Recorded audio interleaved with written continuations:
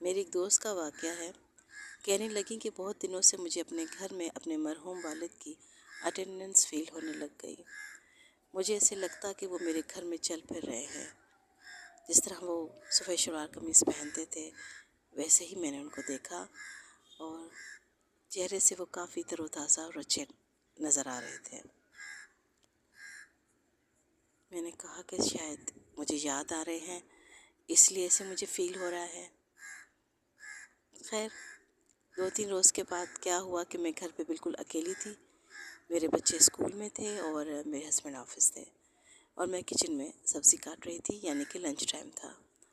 اور ہوا یہ کہ میری بیک سائڈ پہ مجھے ایسے فیل ہوا کہ میرے مرحوم والد میرے بالکل پیچھے کھڑے ہیں۔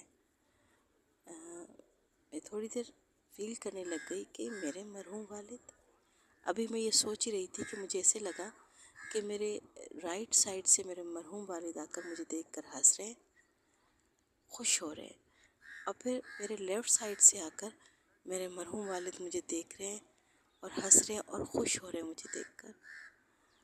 اس وقت مجھے تھوڑی سی گھبراہٹ ہوئی، کیونکہ شاید میں گھر پہ اکیلی بھی تھی اس لیے، اور یہ بہت بڑی بات تھی کہ اس طرح ایک عرصہ ہو گیا میرے مرحوم والد کے انتقال کو، اور اب وہ مجھے اتنی بڑی اپنی پریزنٹ دے رہے تھے کہ وہ میرے اتنے قریب ہیں۔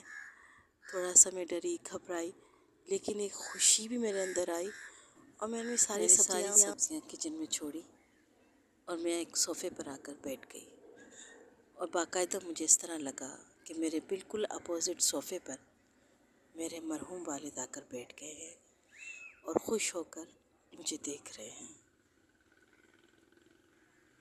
میں بالکل ایک طریقے سے سکتے میں آ گئی، اور میں سوچنے میں پڑ گئی کہ یہ سب کچھ کیا ہو رہا ہے۔ کیا میرے مرحوم والد مجھے کوئی پیغام دینا چاہ رہے ہیں، کچھ کہنا چاہ رہے ہیں؟ میں نے یہ کیا کہ ان کے لیے صدقہ نکال دیا اور دعائیں بڑھا دیں۔